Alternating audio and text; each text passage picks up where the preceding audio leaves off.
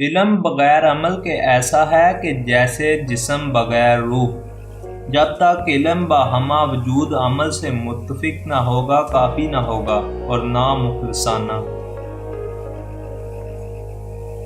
مصائب گناہوں کا نتیجہ ہوتے ہیں۔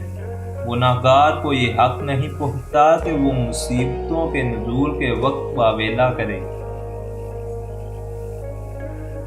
تعلقات دنیا کو کم کرنا یہ ہے کہ آدمی دنیا سے ضروری چیزیں لے لے اور غیر ضروری چھوڑ دے۔ جو علم کو دنیا کمانے کے لیے حاصل کرتا ہے، علم اس کے قلب میں جگہ نہیں پاتا۔ جس کو علم نے معاصی و فواحش سے باز نہ رکھا، اس سے زیادہ ضیاءکار کون ہوگا؟ حصول علم کے لیے دل جمعی درکار ہے، اور دل جمعی معلومات کے بڑھانے سے نہیں گھٹانے سے حاصل ہوتی ہے۔